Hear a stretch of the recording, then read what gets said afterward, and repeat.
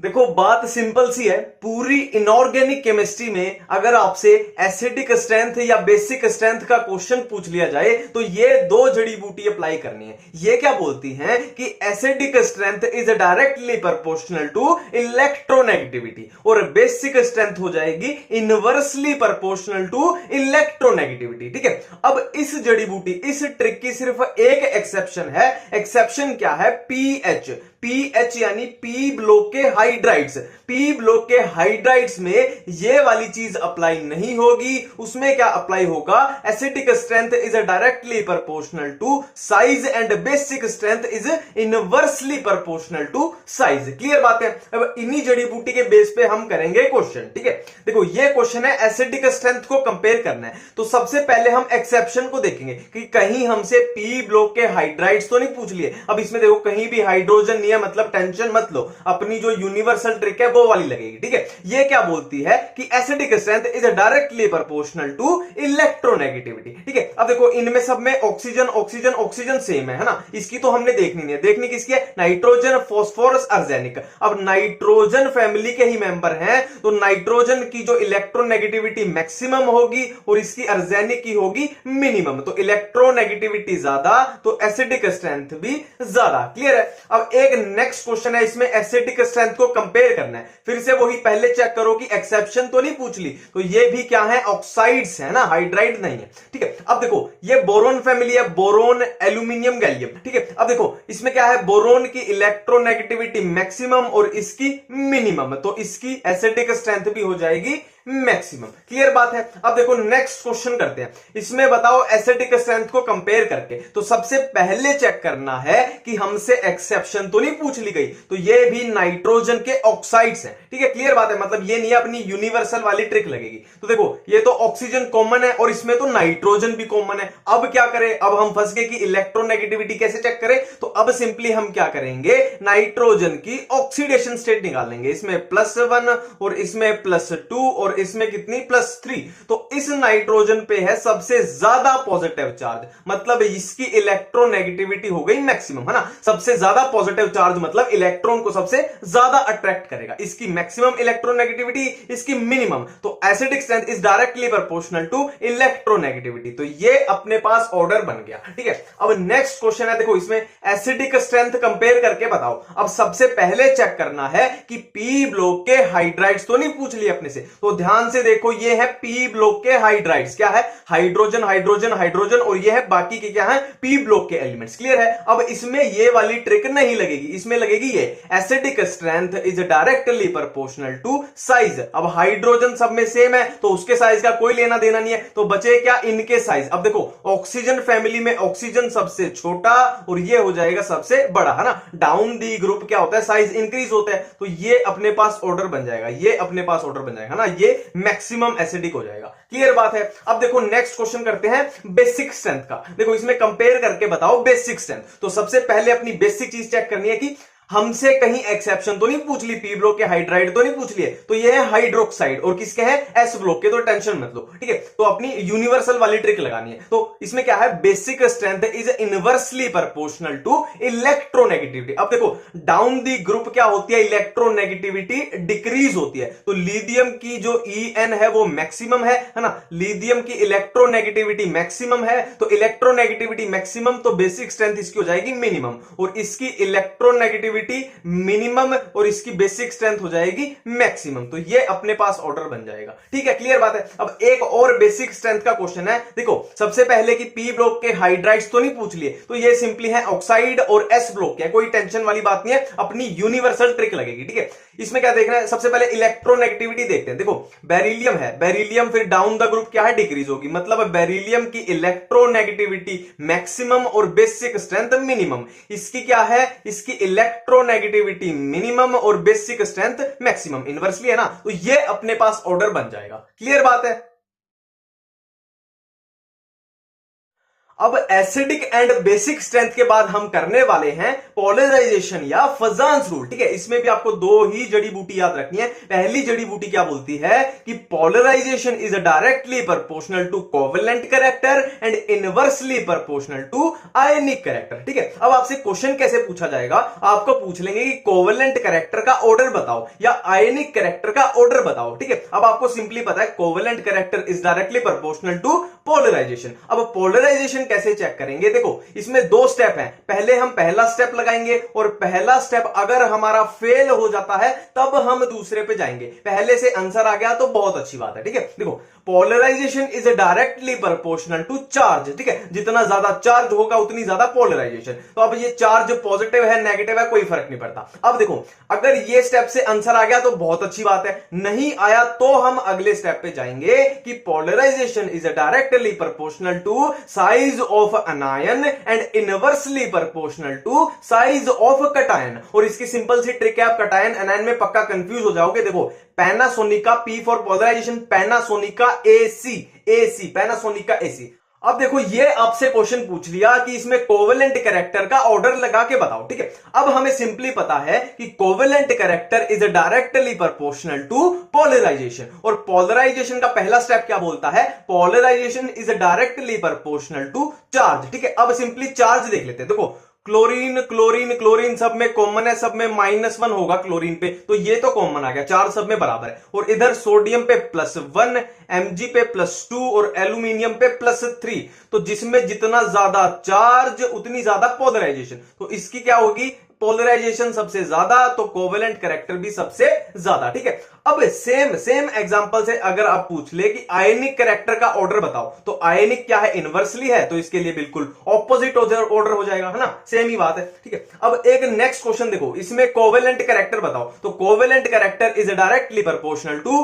Polarisation और polarization is directly proportional to पहला step क्या बोलता है, चार्ज। ठीक है, देखो क्लोरीन सब में -1 और बेरिलियम +2, Mg भी +2 और कैल्शियम भी +2। अब चार्ज तो क्या हो गया अपना, इक्वल हो गया, मतलब इस वाले से आंसर नहीं आ रहा। अब हमें जाना पड़ेगा नेक्स्ट स्टेप पे। अब देखो क्लोरीन क्लोरीन क्लोरीन सब में कॉमन है, तो इसका तो साइज हम कंपेयर कर ही नहीं सकते, तो किसका करेंगे हम, कटायन का करेंगे। अब कटायन का देख लो, देखो बेरिलियम सबसे छोटा है और कैल्शियम इसमें सबसे बड़ा है, तो जितना छोटा कटायन होगा पोलराइजेशन उतनी ज्यादा होगी, और पोलराइजेशन जितनी ज्यादा कोवेलेंट कैरेक्टर उतना ज्यादा और आयनिक उतना कम। ठीक है, ये आयनिक के लिए आ गया। ठीक है, ये पोलराइजेशन कोवेलेंट का ऑर्डर आ गया और आयनिक के लिए बिल्कुल उल्टा हो जाएगा। एक और क्वेश्चन करके देख लेते हैं, कोवेलेंट कैरेक्टर का ऑर्डर लगाना है। ठीक है, covalent character is directly proportional to polarisation and polarisation is directly proportional to charge. Charge देख दो, फ्लोरीन पे -1, क्लोरीन पे -1, ब्रोमीन पे -1,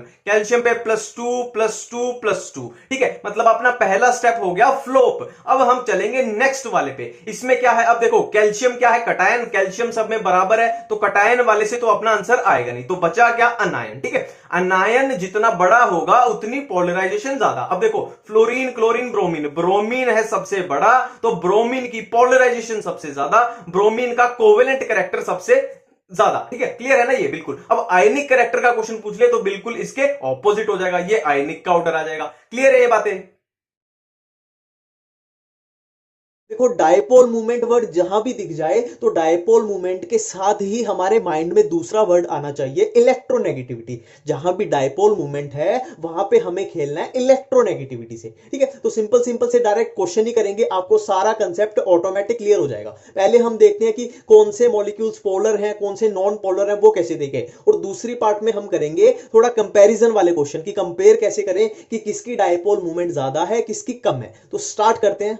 अब सिंपली मॉलिक्यूल्स में क्या चलता है कि जो टर्मिनल एटम होते हैं ना, जैसे इसमें ऑक्सीजन है, फ्लोरीन है, क्लोरीन है, टर्मिनल एटम्स की नॉर्मली क्या होता है, कंपाउंड मॉलिक्यूल बनते ही इस तरीके से हैं कि टर्मिनल एटम्स की इलेक्ट्रोनेगेटिविटी ज्यादा होती है। और जो सेंट्रल एटम है जैसे कार्बन है, इसमें बोरोन है, इसमें बेरिलियम है, इनकी सेंट्रल एटम्स की इलेक्ट्रोनेगेटिविटी कम होती है। अब देखो क्वेश्चन स्टार्ट करते हैं। सबसे पहला देखो, इसमें बताओ कि ये पोलर है या नॉन पोलर है। तो ऑक्सीजन की इलेक्ट्रोनेगेटिविटी ज्यादा, तो ये वाला ऑक्सीजन इधर इलेक्ट्रॉन खींच रहा है, ये वाला इधर खींच रहा है। अब नेट फोर्स हो गया 0। अब नेट फोर्स हो गया 0 मतलब इस मॉलिक्यूल में पोलैरिटी नहीं है, तो ये क्या हो जाएगा, नॉन पोलर। अब सेकंड क्वेश्चन देखो, ये फ्लोरीन इधर खींचेगा, ये फ्लोरीन इधर को खींचेगा और ये इधर को खींचेगा। अब इन दोनों का नेट फोर्स क्या आएगा, इस वाले का नेट फोर्स आएगा इधर, जो कैंसिल हो जाएगा इस वाले से, तो ये मॉलिक्यूल भी हो गया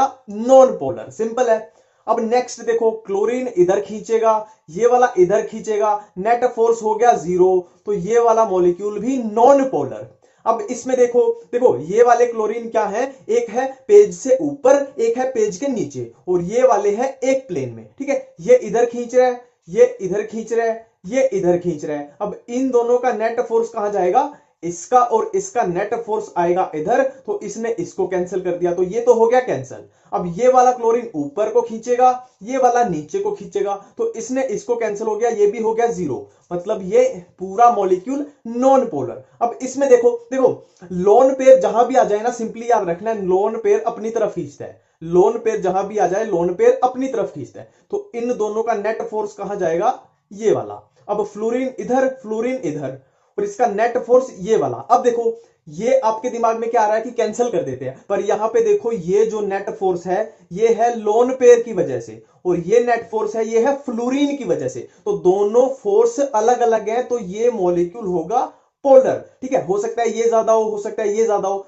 मतलब फोर्स की वैल्यू अलग अलग है। सिंपल है। अब देखो ये वाला, देखो ये ऑक्सीजन इधर को खींच रहा है, ये वाला इधर को, ये वाला इधर को, इन दोनों का नेट फोर्स ये नीचे को, ये इसको कैंसिल कर देगा, मतलब ये हुआ नॉन पोलर। अब देखो लोन पेयर हमने क्या बोला था, लोन पेयर हमेशा अपनी तरफ खींचता है, ये लोन पेयर ऊपर को, ये ऑक्सीजन इधर, ये ऑक्सीजन इधर, तो दोनों ऑक्सीजन का नेट फोर्स आ जाएगा यहां बीच में। अब लोन पेयर ये है, ये एरो है लोन पेयर की वजह से, और ये वाला एरो है ऑक्सीजन की वजह से, मतलब ये फोर्स अलग है, ये फोर्स अलग है, कौन ज्यादा है हमें नहीं पता, बस हमें ये पता है ये मॉलिक्यूल होगा पोलर, क्योंकि फोर्स बैलेंस नहीं हो रहे, नेट फोर्स 0 नहीं हो रहा। अब इसमें देखो ये वाला फ्लोरीन इसको कैंसिल कर देगा, ये वाला फ्लोरीन इसको कैंसिल कर देगा, ये वाला फ्लोरीन इसको कैंसिल कर देगा, तो मॉलिक्यूल क्या हो गया, नॉन पोलर। अब इसमें देखो ये वाले फ्लोरीन ने इसको कैंसिल कर दिया, ये वाला फ्लोरीन इधर को फोर्स लगा रहा है, ये क्लोरीन इधर लगाएगा, ये क्लोरीन इधर लगाएगा।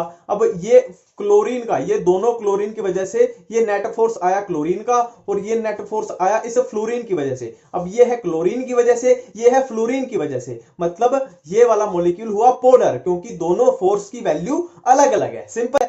अब हम कुछ क्वेश्चंस कंपैरिजन के करके देख लेते हैं कि कंपेयर करके बताओ किसका डायपोल मूवमेंट ज्यादा है किसका कम है। गेम वही है, इलेक्ट्रोनेगेटिविटी और कुछ नहीं, दूसरी चीज ही नहीं है, सिर्फ इलेक्ट्रोनेगेटिविटी। अब फर्स्ट में देखो देखो ये लोन पेयर है, लोन पेयर अपनी तरफ खींचता है, हमें पता है। हाइड्रोजन की तो इलेक्ट्रोनेगेटिविटी कम है, इसके तो उल्टा ऑक्सीजन ही इलेक्ट्रॉन खींच लेगा, तो इसका ये पूरे मॉलिक्यूल का नेट फोर्स कहां जा रहा है, ऊपर की तरफ। इसमें देखो लोन पेयर अपनी तरफ खींचेगा, सिंपल है। फ्लोरीन की इलेक्ट्रोनेगेटिविटी ज्यादा, तो ये अपनी तरफ, मतलब इनका नेट फोर्स यहां पे, फ्लोरीन का यहां पे, तो यहां पे हो रही है फोर्स कैंसिलेशन, और ये है नेट ऊपर, तो इसका डाइपोल मूवमेंट हो जाएगा ज्यादा। ठीक है, अब सेकंड क्वेश्चन देखो, सिंपली इलेक्ट्रोनेगेटिविटी को देखना है। फ्लोरीन की इलेक्ट्रोनेगेटिविटी मैक्सिमम, आयोडीन की मिनिमम, तो फ्लोरीन वाला हो जाएगा, मतलब फ्लोरीन जो है हाइड्रोजन के मैक्सिमम इलेक्ट्रॉन पुल कर लेगा, तो HF की डाइपोल मूवमेंट हो जाएगी ज्यादा, इसकी मिनिमम ऑर्डर बन जाएगा, ये खत्म। अब देखो लास्ट क्वेश्चन, देखो बेंजीन वालों में क्या करना है, ये इस टाइप के क्वेश्चन आ जाना है, इनमें क्या करना है, सिंपली वेक्टर का यूज करना है। और वो कैसे करना है, देखो ये क्लोरीन इधर को खींचेगा, ये इधर को, ये इधर को, ये इधर इधर इधर इधर इधर इधर। अब सिंपली यहां पे लगाना है वेक्टर। अब देखो जो ये है यहां पे कर लेते हैं, एक बेंजीन रिंग बना के बता देता हूं मैं आपको। देखो ये बेंजीन रिंग है, अब इसके और इसके बीच में कितना एंगल होता है, 60 डिग्री, और इसके बीच में कितना होगा, 60 डिग्री, और यहां पे फिर से 60 डिग्री इनके और इनके बीच में, तो टोटल हमारा बन जाएगा, कितना बन जाएगा, 360। अब इसके और इसके बीच में कितना एंगल हो जाएगा, टोटल 120 डिग्री। अब हमने वेक्टर में पढ़ा है, मान लो इसकी वैल्यू है a और इसकी भी वैल्यू है a, और इन दोनों के बीच में 120 का एंगल है, तो इनका रिजल्टेंट आएगा a।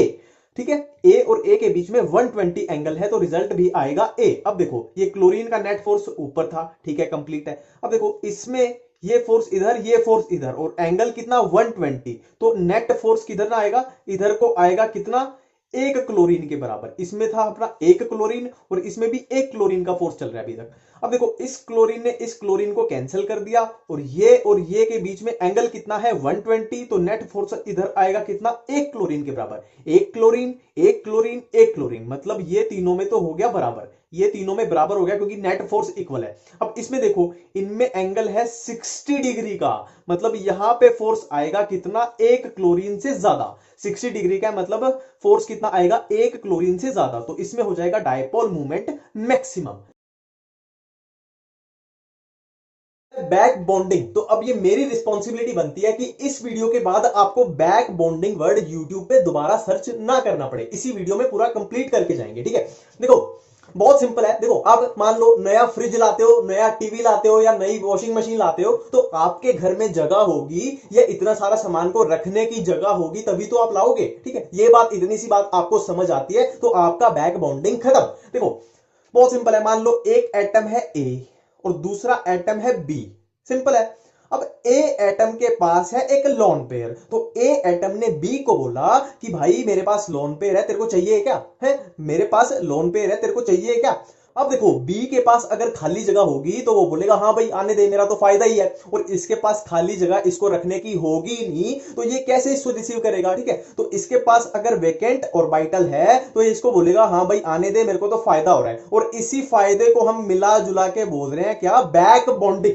पर यहां पे एक कंडीशन है 5 स्टार लगा लेना कि ए या बी इन दोनों में से एक एटम को सेकंड पीरियड का होना चाहिए। इन दोनों में से एक, मिनिमम एक एटम को सेकंड पीरियड का होना ही चाहिए, तभी बैक बॉन्डिंग पॉसिबल है, ठीक है। अभी आपको पूछना चाहिए कि ए और बी अगर दोनों सेकंड पीरियड के हुए तो क्या होगा, तो मैं बोलूंगा अगर दोनों सेकंड पीरियड के हैं तो बहुत अच्छी बैक बॉन्डिंग होगी, ठीक है। दोनों सेकंड पीरियड के हैं तो बहुत अच्छी बैक बॉन्डिंग। एक सेकंड का है दूसरा थर्ड का है तो उससे थोड़ी कमजोर बैक बॉन्डिंग। एक सेकंड का है दूसरा फोर्थ पीरियड का है तो उससे भी कमजोर बैक बॉन्डिंग। एक सेकंड का है दूसरा फिफ्थ का है तो सबसे कमजोर बैक बॉन्डिंग। तो इस तरीके से करना है। अब देखते हैं बैक बॉन्डिंग पे हमसे क्वेश्चन क्या क्या पूछे जाते हैं, थोड़ा वो देख लेते हैं, ठीक है।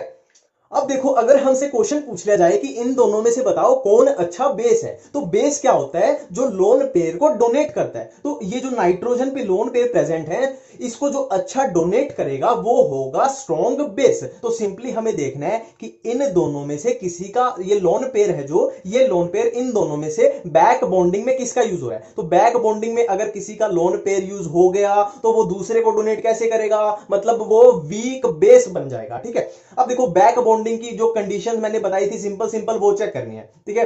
एक एटम के पास क्या होने चाहिए, लोन पेयर, ठीक है। एक एटम के पास लोन पेयर, तो ये रिक्वायरमेंट दोनों में पूरी हो रही है, ठीक है। अब दूसरे एटम के पास इस लोन पेयर को रिसीव करने के लिए क्या होना चाहिए, वेकेंट ऑर्बिटल, तो कार्बन के पास नहीं है। दूसरे एटम के पास क्या होना चाहिए, वेकेंट ऑर्बिटल, तो सिलिकॉन के पास प्रेजेंट है, तो सिलिकॉन के वैकेंट ऑर्बिटल इस लोन पेयर को रिसीव कर लेंगे, मतलब इस केस में हो जाएगी बैक बॉन्डिंग, और इस केस में बैक बॉन्डिंग है एब्सेंट। अब देखो यहां पे ये लोन पेयर है, ये बैक बॉन्डिंग में यूज हो गया, मतलब ये किसी और को डोनेट नहीं कर सकता, और इसमें बैक बॉन्डिंग एब्सेंट है, मतलब ये लोन पेयर सुरक्षित है, मतलब ये किसी और को डोनेट कर सकता है। तो ये किसी और को डोनेट करेगा तो ये हो जाएगा अच्छा बेस। तो बेसिक स्ट्रेंथ हो गई इसकी ज्यादा, बहुत सिंपल है।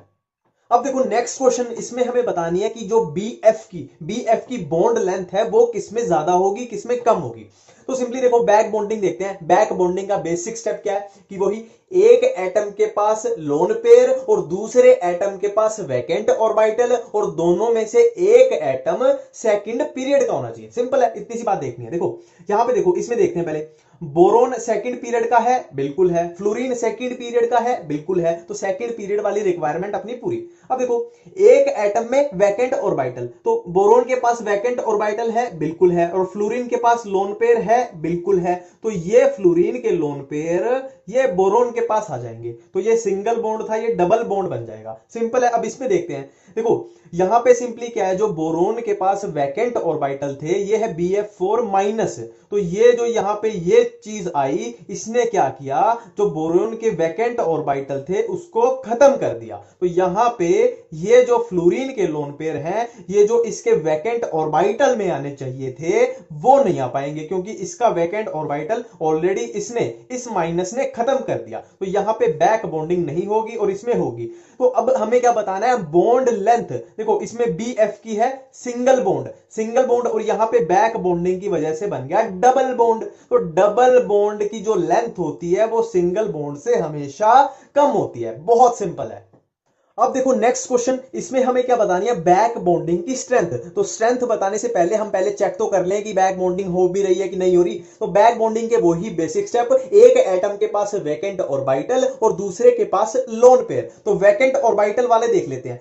बोरोन है, सब में बोरोन है, तो बोरोन के पास वैकेंट ऑर्बिटल होता है, तो इसमें भी होगा, इसमें भी होगा, इसमें भी होगा। सिंपल है। अब देखना है दूसरे एटम के पास लोन पेयर। तो फ्लोरीन पे लोन पेयर होते हैं, क्लोरीन पे भी होते हैं, ब्रोमीन पे भी होते हैं, आयोडीन पे भी होते हैं। और तीसरी कंडीशन क्या थी कि दोनों एटम में से एक एटम को सेकंड पीरियड का होना पड़ेगा। ठीक है, तो इसमें बोरोन देख लो, सब में ही सेकंड पीरियड है, तो बाकी का तो हमें देखना ही नहीं। ठीक है, अब देखते हैं कि बैक बॉन्डिंग की स्ट्रेंथ। ठीक है, अब देखो ये है सेकंड पीरियड का, फ्लोरीन है सेकंड पीरियड का, बोरोन सब में सेकंड पीरियड का हो जाएगा। अब ये क्लोरीन है थर्ड पीरियड, ये है फोर्थ पीरियड, ये है फिफ्थ पीरियड। तो ये है सेकंड क्लास का बच्चा, ये भी सेकंड क्लास का बच्चा, मतलब दोनों में अच्छी बॉन्डिंग होगी, बहुत अच्छी बॉन्डिंग होगी। अब ये है सेकंड क्लास का, ये है थर्ड क्लास का, मतलब थोड़ी सी कम बॉन्डिंग होगी कि एज में डिफरेंस है, छोटे बड़े हैं। ये है फोर्थ क्लास, और ज्यादा डिफरेंस आ गया। ये है सेकंड क्लास, एज का डिफरेंस और ज्यादा बढ़ गया, मतलब बॉन्डिंग और कम होगी। अब ये है फिफ्थ क्लास, ये है सेकंड क्लास, फिफ्थ क्लास वाला बहुत बड़ा है, मतलब बहुत कम बॉन्डिंग होगी। तो बैक बॉन्डिंग की स्ट्रेंथ सेकंड वाले में सबसे ज्यादा, फिर ये ऐसे ऑर्डर बन जाएगा जो फिफ्थ पीरियड और सेकंड पीरियड वाले में सबसे कम बॉन्डिंग। तो ये सिंपल सा एक रूल बना लो कि बैक बॉन्डिंग सेम पीरियड वाले एटम में बहुत अच्छी होगी, डिफरेंट पीरियड वाले में थोड़ी खराब होगी। ठीक है, तो ये बैक बॉन्डिंग में यही 2-3 टाइप के क्वेश्चन बनते हैं, अपनी बुक में ढूंढ ढूंढ के कर लो आप। ठीक है, बेसिक रूल वही चलेगा, एक एटम के पास लोन पेयर, दूसरे के पास वैकेंट ऑर्बिटल, और दोनों एटम में से एक एटम को मिनिमम होना पड़ेगा सेकंड पीरियड का। Thank you.